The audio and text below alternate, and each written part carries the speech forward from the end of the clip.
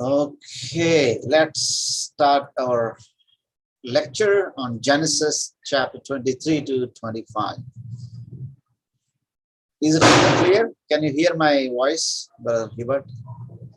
Yeah, we can. Yes, yes. Okay. Still Diwali sounds are out there. Hope they will not disturb. They hope they will not disturb us today. Genesis chapter 23 to 25. We completed up to Genesis 22. By the way, I'm really learning so much, reading verse by verse and preparing. God has been teaching us as a family. Genesis 23, 2 and 4. Sarai died in Kereth Arba, that is Hebron, in the land of Canaan. And Abraham went into mourn for Sarah and to weep for her. Then Abraham rose from before his dead and spoke to the sons of Seth, saying, I am a stranger and a sojourner among you. Give me a burial site among you, that I may bury my dead out of my sight.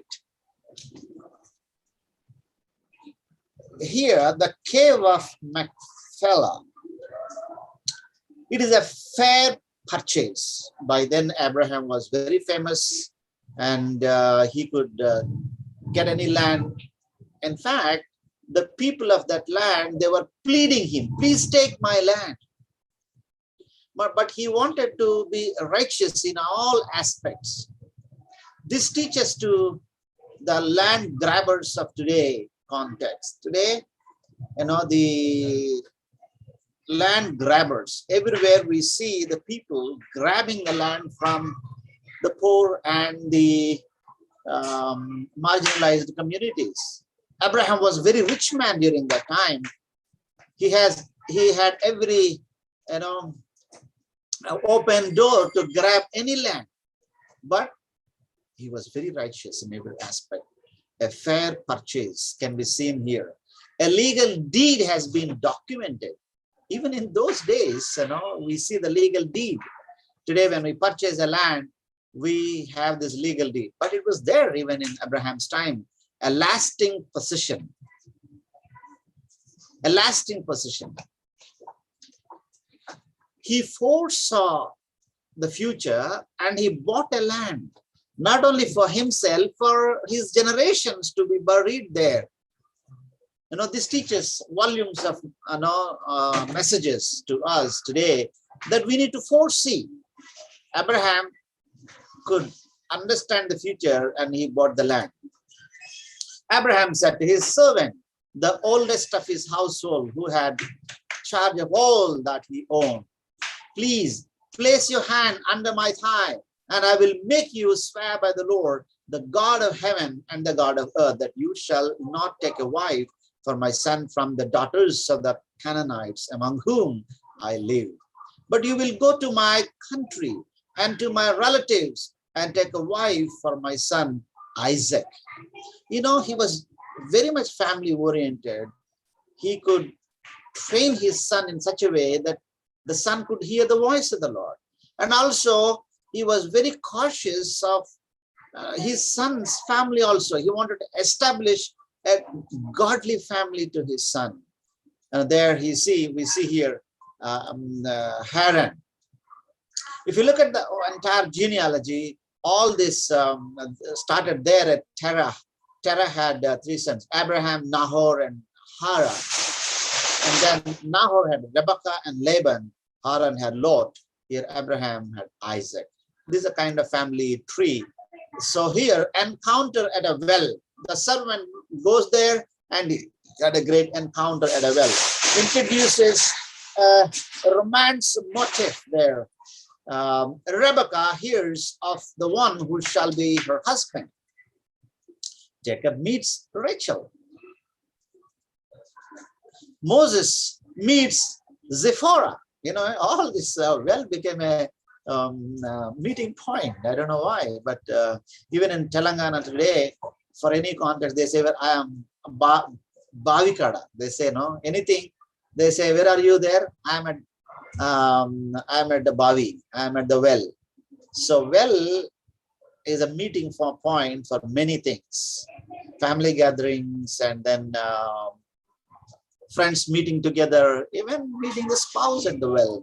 Here we see even Ruth meets Boaz with a water jar. We see in Ruth 2:9. Jesus meets a Samaritan woman. This is a different context. Jesus never went for these people are. It's not. He's a sovereign God. He meets a Samaritan woman. A meeting point at the well. That's my little context I wanted to share. So here, Genesis 23 to 25. The entire story happened there. Abraham had a great desire to establish his son's family. He sends his servant, and the whole story we know. I don't want to narrate. It's the narration we understand. God was the meeting point, and God directed the servant. And then here, Abraham could get a son-in-law there, daughter-in-law there. Isaac got wife there. And the other truth that we learned, Abraham was righteous even in his possessions, a righteous money. Even when the kings came and said, take whatever the possession you want, he said, I don't want you to make me as a rich. Tomorrow you should not say that I made Abraham rich, because he understands God makes him rich. So he was very righteous in all the aspects of life, dealing with the finance, dealing with the properties, and dealing with the families. These three aspects we see godliness in Abraham's life. Here I stop this Genesis 23 to 25. Let's continue the next lesson.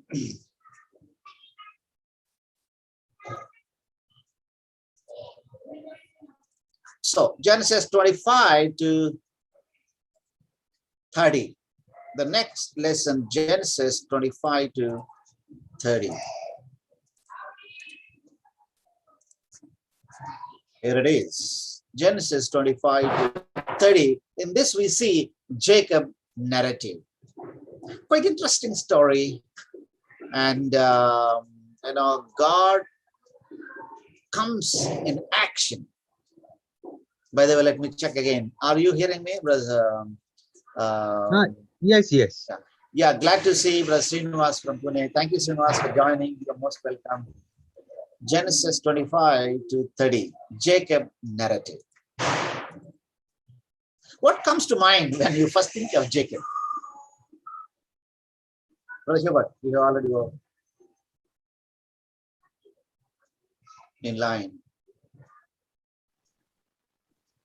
What comes to mind when you think of Jacob? Jacob. Srinivas, can you hear us? Yeah, so I think I can hear you. Yeah, Srinivas, what comes into your mind when you think of first think of Jacob? The Jacob, first you think about Jacob, it comes, he's lying. He's cheating his brother Esau. He's a liar, cheating. Okay. Yeah, what comes to your mind, Brother Hubert? Yes. But he was also a hard worker. Yeah. He worked for his 7 years for his bride, and then he was cheated, and then again he works for another 7 years. So he is also a hard worker, and he's also clever to get all the sheep according to his design. The color of the sheep he changes, and he knows about husbandry, and so he's clever also. Then wow, he's not only a good he's not only a cheater, but he's very clever and hardworking man. Yes, that's true. Very hardworking, and he wanted to make sure that he gets what he desires. Yes, yeah. When we think about Jacob, these many things come to our mind. 25, 19, 20. Now these are the records of the generations of Isaac, Abraham's son. Abraham became the father of Isaac. And Isaac was 40 years old when he took Rebekah, the daughter of Bethuel, the Aramean of Pothana, the sister of Laban, the Aramean, to be his wife. It all now human origins, mankind created, but falls into sin and is driven out of the garden to the cursed earth, and all this we have been discussing. So conflict between the brothers can be seen right there in Genesis initial chapters. Cain murders Abel. Eventually, all mankind is destroyed except for Noah. But the new line persists in Noah. I'm just going back and bringing things to our mind. Noah forms a new people. This new group of people culminate in the family of Abraham. Conflict between brothers. Particularly when we think about Jacob, the first thing started with the conflict with the brothers. He cheated his own brother.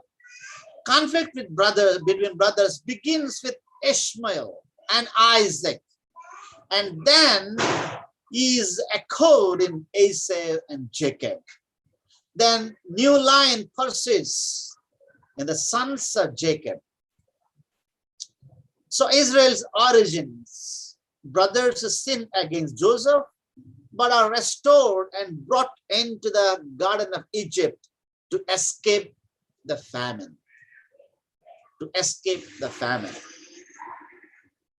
So Isaac prayed to the Lord on behalf of his wife because she was barren. And the Lord answered him, and Rebekah, his wife, conceived. Rebekah, his wife, conceived.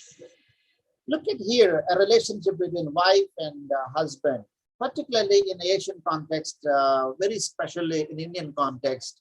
And if we come down, narrow down in a Hindu context, there is a kind of a religious philosophical system that is there in the cognitive mind of many Indians, thinking that Pati Devo Bhava. What does it mean? Srinivas? Or anyone? Pati Devo Bhava. Pati Devu Samanudu. Daiva Samanudu Pati. It's husband is equal to God. That's the reason. Not today. I think even today, some traditional women get up early morning before the husband gets up. When the husband was Maharaja sleeping, wife gets up early morning, taking the head bath, and with all this kind of great reverence and touching the feet of the husband and having namaskar. Husband pujarhudu. That's a concept. But look at here. That's the reason biblical theology is really a unique theology that helps us to understand God in a bigger picture. Here we understand a bigger context of family. Here, a husband prays for wife. This should happen in Christian circles also. Husband praying for wife. When husband starts praying for the well-being of the wife, family unites. Family, there will be a love and the bond that happens. But we are in a different context, Asia. It's a wife should pray for husband. That's the reason, most of the Indian women, they pray for the husband because this is very important. If it is not here, husband is gone. And if it is not here, husband is gone. That's the reason, for the sake of having this Mangala Sutra, for the sake of having the precious tika means, this is very precious for you. Who is precious? Husband is precious.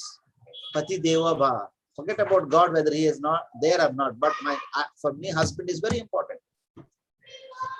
So the Bible clearly says, husband should rather husband should respect and love the wife, and husband should pray for the wife. I was just Googling and reading the Bible, finding out whether any wife prayed so much for the husband. I think there may be some here and there, but let me check your memory. Brothers, do you have any Bible verses? Can bring it out. Wives prayed for husbands in the Bible. Abigail goes to David and asks not to kill her husband. She begs him and she prepares all the things that is required to save him. Abigail is the one. Later, David marries her. No, that's requesting David. I want a context where wife prays to God for the well-being of the husband. Yes, you are right, Srinivas. Thank you. I think that makes some sense.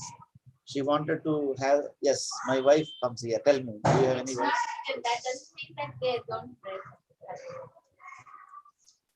That doesn't mean that wives doesn't pray for husbands. Yeah, they pray, but I want some words here. Because we are having a verse directly, husband praying for the wife. Don't remember anything? These Ruth and, all these biblical characters, female biblical characters in the genealogy of Christ, they were more prominent than their husbands. So obviously they must have prayed for their husbands, and the family went ahead to appear in the genealogy of Christ. Okay.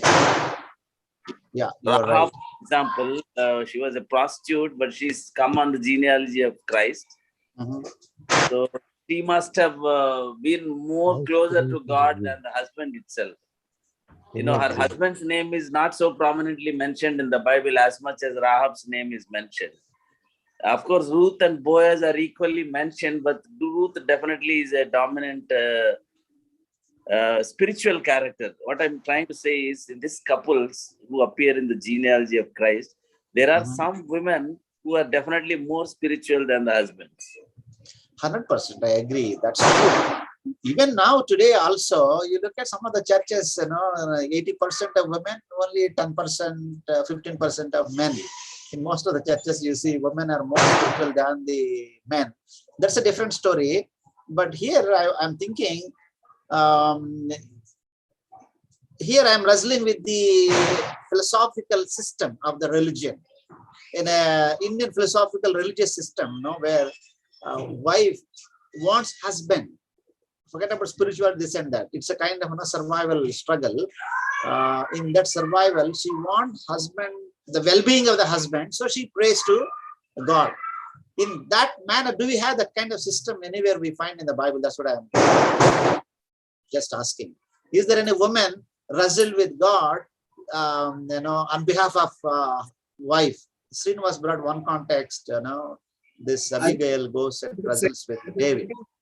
In the second context, Anna, where Moses' father Abraham asked his wife Sarah to lie as she's a sister, she agrees.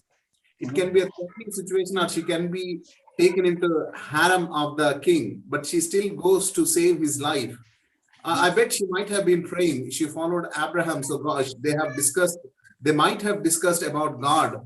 God asked them to move on. So, but at the same time, she follows. Literally, she goes on to, sacrifice her everything just to save, to follow her husband's instructions to say he's her brother. Okay, you're right. Yeah, but we don't see direct any reference like this. Here we have a direct reference. What says Isaac prayed to the Lord on behalf of his wife. In that context, I was searching, is there any verse that a woman prays to God on behalf of her husband? But this is very much prominent in the Hindu culture. Maybe in the biblical culture, maybe wives, we don't have a direct reference, but certainly they might have really prayed to God. That's a different thing. So why I brought all this discussion is today, family life. In the family life, wife and husband should pray for each other. We may pray for the whole world. If you have a time, sometime, read a book entitled Martin Luther Had a Wife. Oh, Brother Joseph has joined. Martin Luther had a wife. Let me check whether I can help you to find out that. Where is it?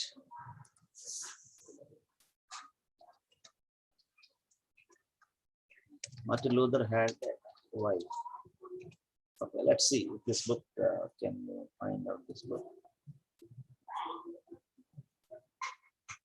Yeah. Yeah, here it is. Can you see the screen? Yes, Yeah. yes. This is the title. Martin Luther had a wife. Google doesn't give the cover page, but you see here it is there. I don't know where do we get this book, but I had a hard copy. It should have a hard copy. Let me see if I get this soft copy. It's quite interesting. It's quite interesting. So this book, every Christian worker or every Christian read this book. So this book is very transparent and giving the exact picture of Christian giants, whom we call about, the modern missionary, the father of modern missionary. Who is the father of modern missionary? Can you assess? Do you remember? Who is the father of modern missionary? William Carey, sir. Yeah, William Carey. The author of this book, Martin Luther had a book. He gives 0 points for his family life because he never cared his wife. He never understood the psychological need of the wife. As a result, wife became literally, mad because he was. The William Carey was the cause for her madness, and he used to tie her with the chains and put her in the room, lock outside, and go. When if a mother loses a child, you can't understand the psychological need. 2 kids died, and she had to bury by herself. A lot of pain and agony. If you read that book now, you will understand. You will get a great vision. And he narrates all the giant missionaries, the big people, how they failed in their family life, particularly Martin Luther. He's a great reformer. We know him as a great reformer, but he failed in his family life. And it's quite interesting if you read it. So here, why I bring this, family life is very important for a Christian life. That we learn from Isaac.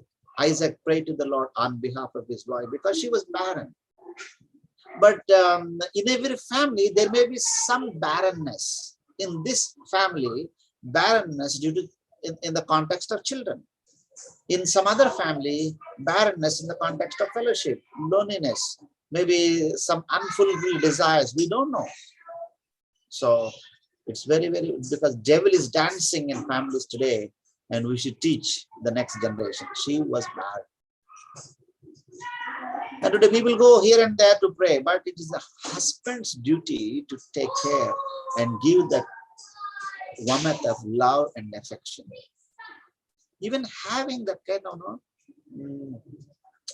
let me see if anybody is nearby. Yeah. So even having that sexual intimate relationship is very essential. The other day, a guy came to my ashram. The whole day he was there and praying, a lot of baggages and struggles in the family. Then I asked him a couple of questions sitting under the tree on the bench, slowly asking. I asked him, what is the last time you had that sexual union with the wife? He said 9 months back. 9 months back. But if 9 months, if you are not coming closer, now it is you are not fulfilling the duty of a husband. Who will talk? His wife may be, maybe having a lot of psychological disorder, but this fellow goes around and fasts. That becomes useless and meaningless. Going somewhere and fasting and praying, it is nonsense. You should understand the context. Then I had to help him. So the Lord answered him, and Rebecca, his wife, conceived. What is significant about Rebekah's barren condition? Give the context of Genesis. Given the context of Genesis. Even if given the context of India, barrenness is considered as a curse. Barrenness is very terrific psychological disorder. And barrenness really brings a lot of confusion. So today, what I wanted to tell you today, in this class. So barrenness is really not a small issue. Even now today, barrenness become a big issue today because late marriages, career is more important than anything. Money is more important. They get married and after that they will wait for some time. When the child comes, it's a lot of so many issues that we need to address to today's church. Who addresses all this today? Sermons became kind of sophisticated, encouraging sermons, this and that. They're all important, but we need to help people to understand the contextualized struggles. Why there is so much barrenness today? So we need to address all these issues. Bible addresses all of them. So Isaac's age at marriage, 40, because during that time lifespan was a little longer, and even it was a very late marriage. Isaac's age at the birth of Jacob and Esau. See verse 26. So Isaac prayed to the Lord on behalf of his wife. Even Isaac had a late marriage. And as a result, I think he was not having a child, but he wrestled with God. God answered him. So the Lord said to her, 2 nations are in your womb, and 2 peoples will be separated from your body. And 1 people shall be stronger than the other, and the older shall serve the younger. What does this prophecy have to say about God's sovereignty versus the decisions that will be made by Jacob and Esau? So there is a kind of discussion we can make here. God's sovereignty and the decisions made by Jacob and Esau. So our decisions decides our destiny sometimes. Particularly in this book, Interpretation, Genesis, Walter, he writes, it affirms that we do not live in a world where all possibilities are kept open and we may choose our posture as we please. It does not deny freedom, but it requires us to speak also about destiny, about the working of this other one who will have a voice in the future. There are more first options that are closed and some choices denied this people of God. Jacob had some freedom. He could stay or go. He could stay or go. He could fear or care. But all his freedom is bounded by the choices God has already made on his behalf. God has already made on his behalf. Other Sussman, when her days to be delivered were fulfilled, behold, there were twins in her womb. Twins in her womb. Now the first came forth red all over like a hairy garment, and they named him Esau, means Adamono. Afterward, his brother came forth with his hairy holding on to Esau's heel, so his name was called Jacob. And Isaac was 60 years old when she gave birth to them. Heel, a crop, Jacob. The heart is more deceitful than all else and is desperately sick. Who can understand it? Jacob means cheater. When the boys grew up, Esau became a skillful hunter, a man of the field, but Jacob was a peaceful man living in tents. Jacob was a peaceful man living in tents. he went through a lot of pain and agony, injustice, struggling, but now he was very peaceful, living in the tents. But Esau became a skillful hunter as a man of the field. Where has Genesis previously mentioned a hunter? He is mentioned as a hunter. Can you remember from our lectures, from your study, who was mentioned as a hunter? Can you remember? No?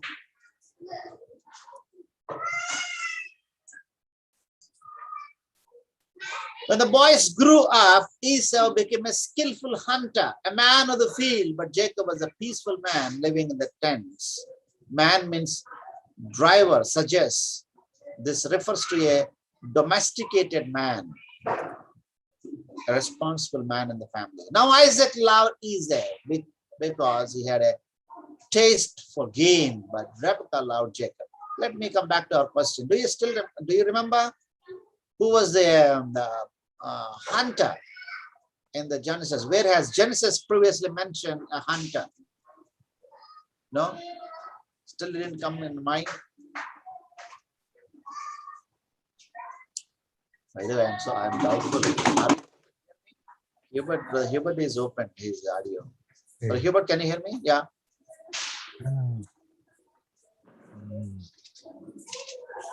You remember Nimrod was a great hunter? But right? that is later, no? That is later. No, Genesis here, we are already 25. Nimrod was there at Genesis, when is it? 10th or 11th? Nimrod was a great hunter. Yeah. Right. Let's continue. So 29 to 31. When Jacob had cooked stew, Esau came in from the field and he was famished. And Esau said to Jacob, please let me have a swallow of that red stuff there, for I am famished. Therefore his name was called Edom. But Jacob said, first sell me your birthright. He was always waiting for an opportunity to encash it. This is called shrewdness in the Bible.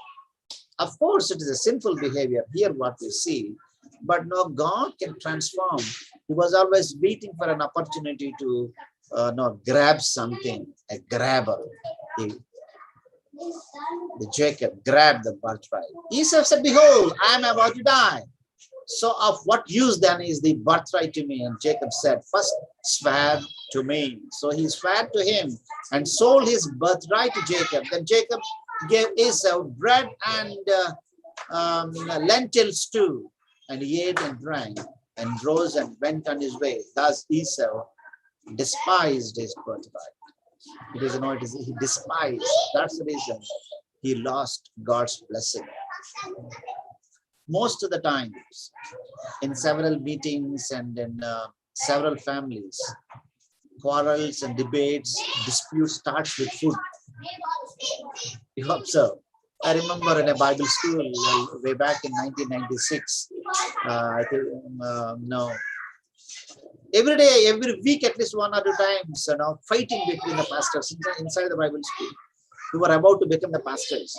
Most of the the disputes arose at food table. Even in the Bible, do you see a dispute at the food? Can you remember in the book of Acts? There was a great dispute at the food.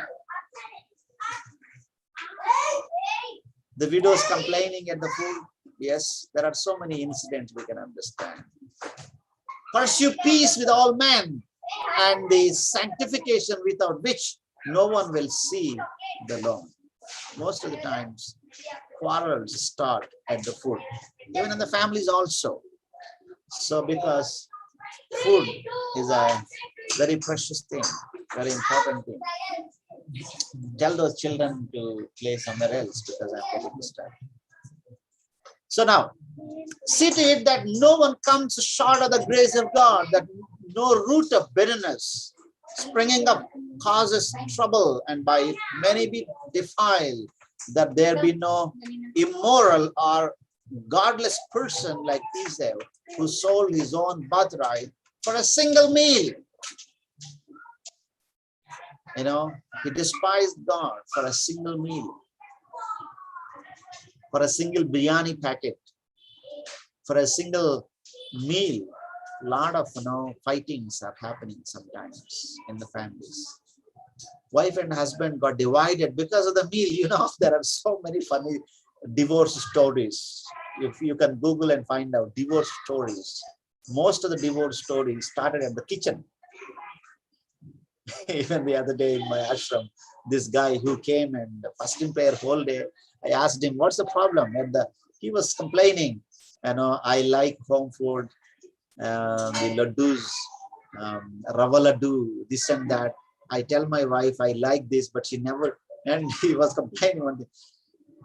In all these years, she never fulfilled one desire of mine. She never cooked one dish that I like. All family problem at the table, kitchen. So food is very precious. Food is important, but food is not everything. Stomach is not for God, but God is not for stomach. Much more beyond. Spirituality needs to go beyond the food and the water. For that even afterwards, when he desired to inherit the blessing, he was rejected, for he found no place for repentance, though he sought for it with tears. There are so many families who divorce just for the sake of food, just for a small quarrel that picked up in the kitchen. And even after the divorce, when the family cracked with the tears and tears, it's gone.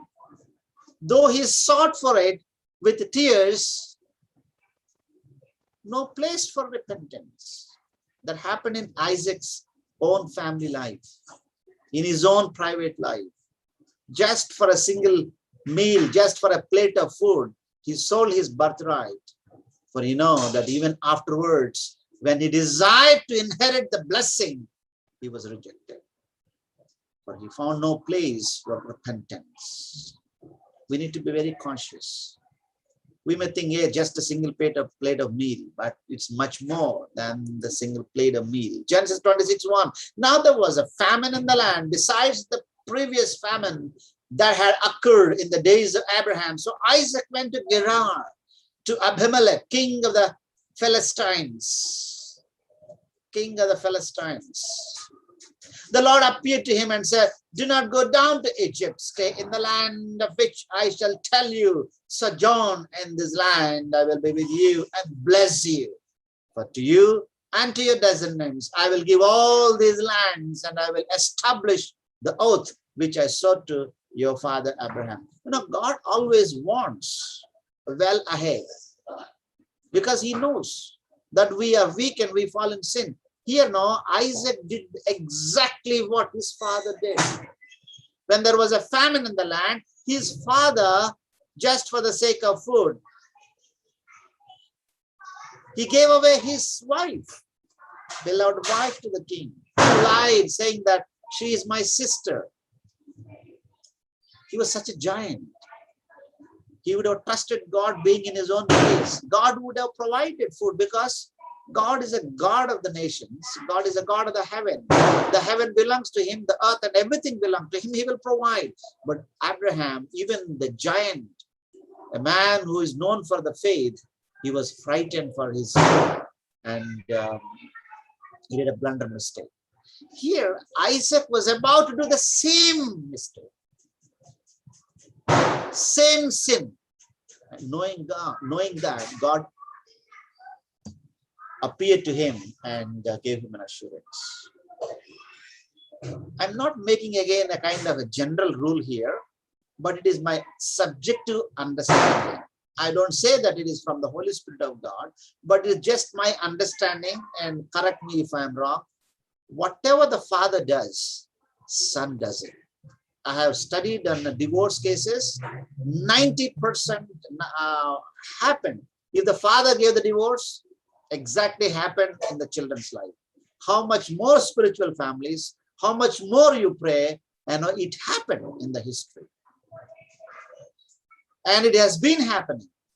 If the father has some kind of weakness, because I'm not saying again here, make any rule like, there are some people who bring out this kind of generation curse, this and that. I don't know into that, but this is my observation. So father did, and his son does the same. And it is not a norm that everybody should do it. There are some giants who could break it by the power of God. I will multiply your descendants as the stars of heaven, and will give your descendants all these lands, and by your descendants all the nations of the earth shall be blessed, because Abraham obeyed me and kept my charge, my commandments, my statutes, and my laws. So 26, 1-5, Isaac told to stay in Canaan. God gives promise. Isaac lies about Rebekah. She is my sister. The same sin he did, what his father has done. But again, God blesses Isaac with abundance. In 26, 15-25, we see contrast with Jacob, who willingly gave up his own life for his bride. Isaac is continually displaced and forced to dig wells. In 15-25 verses, God gives promise again. In verses 15-25, again we see Abimelech makes covenant with Isaac. God gives Beersheba. But the twins, Jacob is named here, verses 19-34. Interlude here. Rebekah in foreign place, packed with foreigners. Jacob bears Esau and flees. And then Jacob's encounter with God can be seen. And later in 28, arrival in Haran, and Jacob's wives are fertile. Jacob's flocks are fertile, and flight from Haran. And then Jacob's encounter with God at chapter 32. Jacob returns and fears Esau, and interlude here.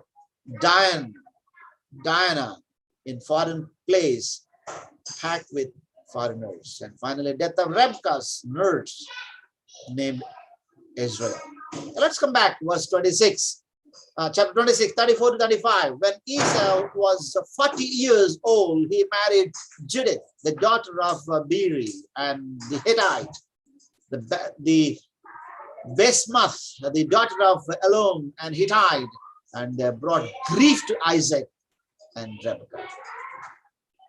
They brought grief to Isaac and Rebekah, because Esau went and brought these women.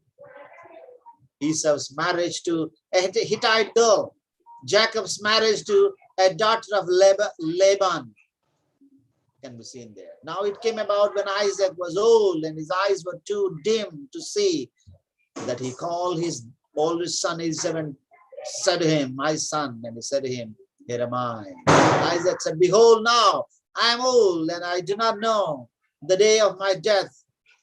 Now then, please take your gear, your quiver, and your bow, and go out to the field and hunt game for me, and prepare a soury dish for me, such as I love, and bring it to me, that I may eat, so that my soul may bless you before I die.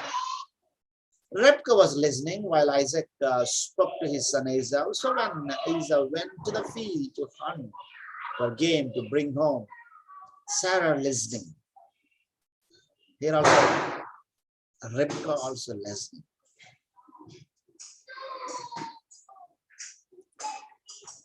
Rebekah said to her son Jacob, behold, I heard your father spoke to your brother Esau, saying, bring me some game and prepare a soury dish for me, that I may eat and bless you in the presence of the Lord before my death. Now therefore, my son, listen to me as I command you. Go now to the flock and bring me 2 choice young goats from there, that I may prepare them as a savory dish for your father, such as he loves, because wife knows the taste of the husband. Here you see the crooked nature of the women. It's all, it's a kind of problem even today in many families. Either father or a mother, there is some kind of reservations. They give extra priority to one child and neglect the other. That becomes a kind of confusion in the family. Children may not grow in love and warmth of acceptance. We should not do this mistake. This mistake has created confusion in the family. What is the basis of Jacob's hesitancy here? Jacob hesitated. He said, no, it's difficult. Jacob answered his mother, Rebekah, behold, Esau, my brother, is a hairy man, and I am a smooth man. Perhaps my father will feel me, then I will be a deceiver in his sight, and I will bring upon myself a curse and not a blessing. He was insisting, but here mother forced him to do that. Sometimes this happens in the family, but his mother forced him. Your curse be on me, my son. Only obey my voice and go get them for me. Get them. There are some mothers even now today. Because of that, there will be a lot of confusion in the family. It's a family life, the Genesis teaches so much about the family life. We should treat everybody equally in the family, whether it's a male or a female, daughter or a son, equally.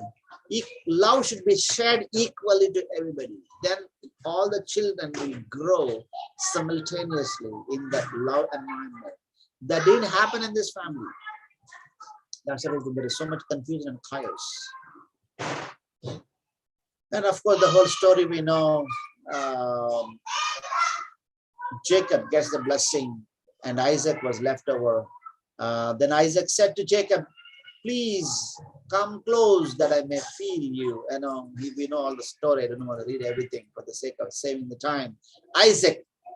Jacob leaves, Esau arrives. Isaac gives the blessing. He receives everything. When he leaves, Isaac comes with the gain. Then Isaac trembled violently and said, who was then that hunted game and brought it to me so that I ate a whole of it before you came and bless him? Yes, he shall be blessed. I have given the blessing, can't take it. You can't take it. When Esau heard the words of his father, he cried out with an exceedingly great and bitter cry and said to his father, bless me, even me also, O my father. And he said, your brother came deceitfully and has taken away your blessing. Your brother came deceitfully and has taken away your blessing. There was no blessing for him. Here a kind of typology, Jesus and Jacob. He was a younger brother. He was our elder brother. He sought to steal the blessing that belonged to another. But Jesus sought to share the blessing that was rightfully his. Jacob took on the skins of a goat in order to accomplish the deception. But Jesus took on flesh in order to accomplish our salvation. In order to accomplish our salvation. The story continued, started at Terah, and 3 children, Abraham, Nahor, Haran, and ultimately here, Jacob and Esau, the genealogy continued. Then Jacob departed from Beersheba and went toward Haran, and he came to a certain place and spent the night there because the sun had set. And he took one of the stones of the place and put it under his head and lay down in that place. Today, if we don't have a sophisticated pillow, we don't get sleep. The other day when we were in ashram, my children were struggling, no pillow. A few clothes, they made it a kind of pillow and slept. We discussed and I asked them a question. Bible question hour before we sleep. I said, who is the one who kept stone under his head as a pillow? Immediately my children said, Jacob. Praise God, at least we have some clothes to keep under our pillow. And they slept happily. We should have a peaceful sleep wherever the place it is, but whatever we have within the limited resources we should enjoy. That's the one good thing about Jacob. Whatever the limited resources he had, he enjoyed thoroughly his life. He was content with what he had. He was having a great sleep there. Then Jacob departed from Beersheba and went to Haran, as we said. Rebekah said to Isaac, I am tired of living because of the daughters of Heth. Jacob takes a wife from the daughters, he said, Heth, like these, from the daughters of the land. What good will my life be there? Not the whole story, I don't want to. I wanted to say something. Now the question, are the actions of Esau rebellious or submissive to feelings of his father?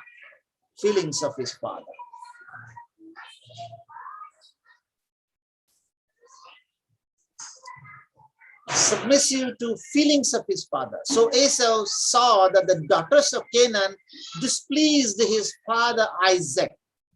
And Esau went to Ishmael and married, besides the wives that he had, Mahalath, the daughter of Ishmael, Abraham's son, the sister of their birth. What happened here? Esau saw the daughters of Canaan displeased his father. Somehow he wanted to please his father. Are the actions of Esau rebellious or submissive? That's the question here. Come on. This is the last question. Yes, Brother Hubert opened his audio. Or anybody. Is it rebellious or submissive decision? I think it is rebellious. Why? Because he's leaving his kindred. He's leaving his tribe.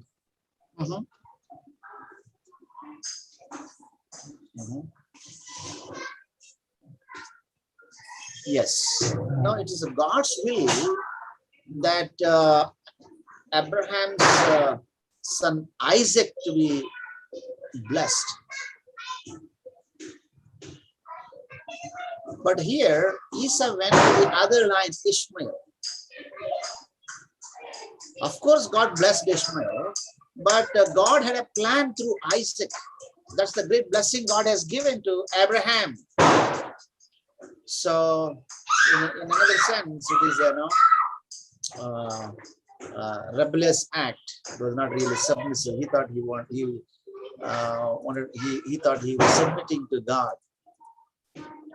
Of course, he had a dream. We know the entire story. And behold, the angels of God were ascending and descending on it.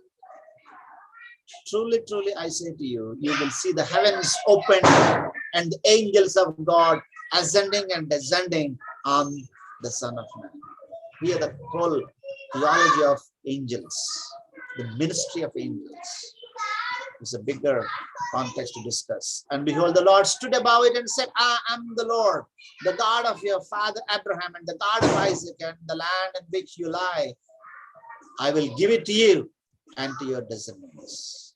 God promised him, and God gave the land. He blessed him. The promise here, I am the Lord. I will give the land. Your descendants will be many. The families of the earth will be blessed. I am with you. That's an amazing blessing to Jacob. Today, this blessing is also to us. He is the Lord. He will give the land.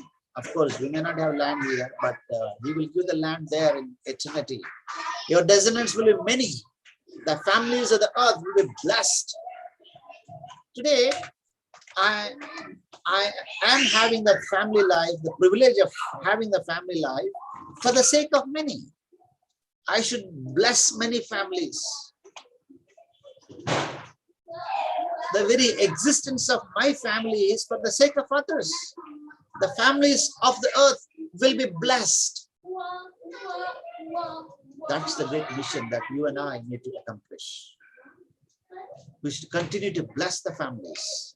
We should be an inspiration to people. The other day, Anil, a friend of mine, saw some of the pictures of the ashram and said, feeling so bad. I missed the chance. We want to have it again. He invited some families, and coming Sunday, we're all meeting a few families as a family get together, having a Sunday worship in the ashram. We planned to meet at 9 o'clock, 9 to 11, having the worship. Just only for this Sunday. It's not disobeying their churches and coming, but only for a kind of recreation. They want to come there, having a service there, and they wanted to enjoy with the trees and the families living together. They kind of having some kind of fellowship together. I said, okay, I can sacrifice that way. I had to apply leave to my church because I'm working. I asked my elders, I need to leave on 21st. I have some work. Graciously, they gave the leave, and next Sunday, we're all going to meet. I had to take my children and the family, and the family to be a blessing to others. Today, we as a family is to bless others. Abraham, Isaac, and Jacob. I am God Almighty. God said to Abraham here. God said, I am the God of your father Abraham. Here, Jacob, I am the Lord, the God of your father Abraham, and the God of Isaac. Now, when we establish a strong family spiritually, God continues in the genealogy. But if we disobey, if we rebel, if we mess up our family, that also will continue. We need to be cautious. It is God's divine providence. Family is God's divine providence. Abraham, Isaac, and Jacob, they had 101 difficulties in their family life, but they never departed. Somehow, with all the difficulties, with all the a kind of sinful behaviors, somehow they stayed together as a wife and husband and lived a long life. God used them. For all the land which you see, I will give it to you, you and your descendants forever. To Abraham. To Isaac we read, for to you and to your descendants, I will give all these lands. Give it to Jacob. Then the land in which you lie, I will give it to you and to your descendants. I will give it to you and to your descendants. The concept of land. And I will make your descendants as the dust of the earth. Even to Isaac, God said, and I will multiply your descendants as the stars of the heaven. To Jacob, God said, your descendants shall also be like the dust of the earth. You see the progression of God's blessing to these families. And in you, all the families of the earth shall be blessed. To Isaac, God said, and by your descendants, all the nations of the earth shall be blessed. To Jacob, God said, and in you and in your descendants shall all the families of the earth be blessed. All the families of the earth shall be blessed. To Abraham, God said, do not fear, Abraham. I am a shield to you. To Isaac, God said, do not fear. I am with you. To Jacob, God said, and behold, I am with you and will keep you forever, wherever you go. As I was reading all these verses and preparing and making this kind of comparison, I felt God is talking to me also. Even now, God is talking to you also. Do not fear. Do not fear. That's what God said to Abraham, Isaac, and Jacob. He gave a blessing saying that I'm with you. I will keep you wherever you go. Isaac was told to stay in the land. Jacob was told that the Lord would be with him. That Jacob awoke from his sleep and said, surely the Lord is in this place, and I did not know it. He was afraid and said, how awesome is this place. This is none of the house of God, and this is the gate of heaven. The Lord sometimes makes himself known unexpectedly. So Jacob arose early in the morning and took the stone that he had put under his head and set it up as a pillar and poured oil on its top. The stone, symbol of banishment, a sign of faith. anointing. He called the name of that place Bethel. However, previously the name of the city had been Luz. Luz, the great story. This stone which I have set up as a pillar will be God's house, and of all that you give me, I will surely give a tenth. He gave himself a tenth whole. You know, Isaac here. Bathsheba, he went to Haran. And then the story continued. So meeting by a well, a familiar motive. The steward of Abraham meets Rebekah by a well. Jacob meets Rachel by the well. Moses meets Zipporah by a well. And Boaz meets Ruth by a well. That I have already said this. You know, Genesis 29:17. And Leah's eyes were weak, but Rachel was beautiful, form and face. Figures of speech here says vision, problems, tender on the eyes. So the whole story here now, Jacob deceives Isaac. Laban deceives Jacob. Whatever, here you see Jacob deceives Isaac. And here Laban deceives Jacob. What you sow, you'll reap. That continues. Jacob's deception and Laban's deception. See the comparison. Jacob's mother plots to deceive Isaac regarding two brothers. Here, Rachel's father plots to deceive Jacob regarding his two sisters. Here a woman made the plot. Here the man made the plot. Here the mother made a plot. Here the father made a plot.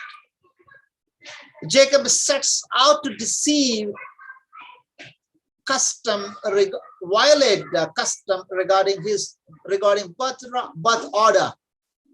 Here Jacob gets out to violate custom regarding birth order. Here Jacob addresses as his brother. Here Leah dresses as her sister. No, sorry. Jacob dresses as his brother. Here, Leah dresses as her sister. You see the deception. There is a kind of what you sow, you'll reap. Jacob deceives Isaac when he cannot see. Laban deceives Jacob when he cannot see. In the darkness, on the first night, she was deceived. Isaac gives the blessing to the wrong brother. Jacob ends up marrying the wrong sister. Jacob finds out when it is too late and says that Jacob came with deceit. Jacob finds out when it is too late and asks why he has been deceived. Here Isaac gives Esau a secondary blessing. Jacob married Leah, a secondary. That was not his priority. Birthright is supplanted. But here, custom regarding birth order is maintained. So Jacob went into Rachel also. And indeed, he loved Rachel more than Leah. And he served him with Laban for another 7 years.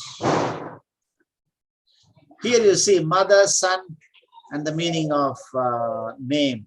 Leah, son Reuben, and Simeon, Levi, Judah. I don't know how much time to discuss all that. This chart and this. Bilhah, Rachel's maid, bore Dan, Naphtali, and Zilpha's son Gad, Asher, and Leah's son Issachar, and Zebulun. Jacob is building a family that will grow and prosper until he takes them home. There is opposition, there is bondage, but Jacob endures and escapes and